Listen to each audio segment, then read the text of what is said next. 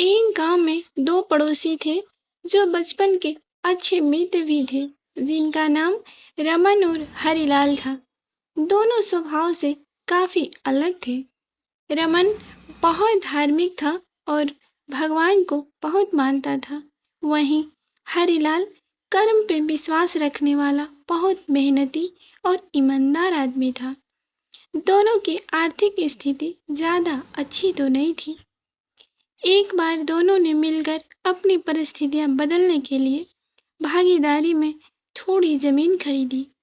उनका विचार था कि इस जमीन में वह अच्छी फसल उगाकर उसको बेचेंगे और अच्छा धन पैसे कमा सकेंगे। अब समय था फसल पाने के लिए खेत में मेहनत करने का। मेहनती हरिलाल खेत में काफी ईमानदारी से मेहनत करता, लेकिन रमन खेत से दूर ही दूर रहता और मंदिर में जाकर भगवान से अच्छी फसल की उपज मिले इसलिए पूजा अर्चना करता था। समय बीतता गया और कुछ समय बाद खेत की फसल पककर अच्छे से तैयार हो गई। इस फसल को दोनों ने व्यापारी को बेच दी, जिसके बदले में उन्हें व्यापारी से काफी पैसे मिले। अब बारी थी पैसे की बंटवारे की, तो घर जाकर हरिलाल ने रमन से विनती की कि इस धन का ज्यादा से ज्यादा हिस्सा उसे दिया जाए, क्योंकि उसी ने खेत में ज्यादा मेहनत की है। इस बात से असहमति जताते हुए रमन बोला, नहीं नहीं, धन का तुमसे ज्यादा हिस्सा मुझे मिलना चाहिए, क्योंकि मैंने भगवान से पूजा अर्चना किया, प्रार्थना किया। इसकी प्रार्थना को तभी हमको इतनी अच्छी फसल हुई। मेरी भक्ति और भगवान के बिना ये संभव नहीं होता। दोनों ही अपनी अपनी बात पर अड़े हुए थे।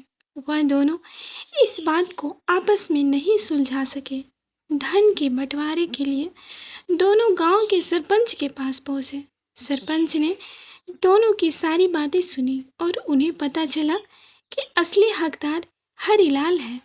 फिर भी रमन की गलतफहमी दूर करने के लिए सरपंच ने दोनों को ही एक एक बोरा चावल दिया, जिसमें काफी ज्यादा कंकड़ मिले हुए थे। सरपंच ने दोनों से कहा कि कल सवेरे 7 बजे तक तुम दोनों को इसमें से चावल और कंकड़ अलग करके लाने हैं। कल तुम दोनों के चावल देखकर ही मैं फैसला करूंगा कि इस धन का बड़ा हिस्सा किसको मिलना चाहिए। रमन और हरिलाल चावल की बोरी उठाकर घर पहुंचे। घर पहुंचने के बाद मेहनती हरिलाल ने रात भर बिना सोए चावल और कंकड़ को अलग किया, लेकिन रमन चावल की बोरी को लेकर मंदिर में गया और भगवान से चावल में कंकड़ अलग करने की पूजा अर्चना प्रार्थना करके सो गया। अगले दिन सुबह हरिलाल जितने चावल और कंकड़ अलग कर सका उसको लेकर सरपंच के पास गया, जिससे देखकर सरपंच खुश हुआ। रमन वैसे ही वैसे बोरी को ले जाकर सरपंच के पास पहुंच गया। सरपंच ने रमन से कहा, दिखाओ तुमने कितने चावल साफ किए हैं। रमन ने कहा कि मुझे भगवान पर पूरा भरोसा है कि उन्होंने चावल साफ कर दिए होंगे। जब उसके चावल की बोरी खोला गया तो उसमें चावल और कंकड़ वैसे के वैसे ही थे।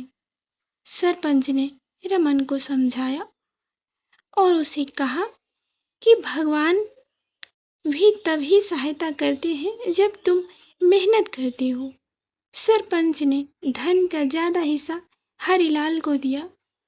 इस घटना के बाद रमन को अपनी गलती का एहसास हुआ, तो वो भी हरिलाल की तरह खेत में मेहनत करने लगा और अब की बार उनकी फसल पहले से भी अच्छी हुई। इस कहानी से हमें यह शिक्षा मिलती है कि हमें कभी भी सब कुछ भगवान के भरोसे नहीं छोड़ना चाहिए। भगवान हमेशा उसका साथ देते हैं जो कर्म करना नहीं छोड़ता। इसलिए हमें किसी भी क्षेत्र में सफलता पाने के लिए जरूरी मेहनत करनी चाहिए होती है। तो फ्रेंड्स, कैसी लगी आपको कहानी? कमेंट करके बताइएगा और इसी तरह की कहानियाँ सुनते रहिएगा। साथ ही साथ हमारे चैनल को सब्सक्राइब कर लीजिएगा। धन्यवाद। आपका दिन मंगलमय हो।